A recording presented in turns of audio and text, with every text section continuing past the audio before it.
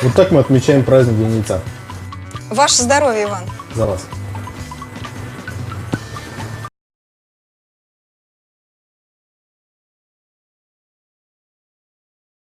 А нам пригодится крышка? Да.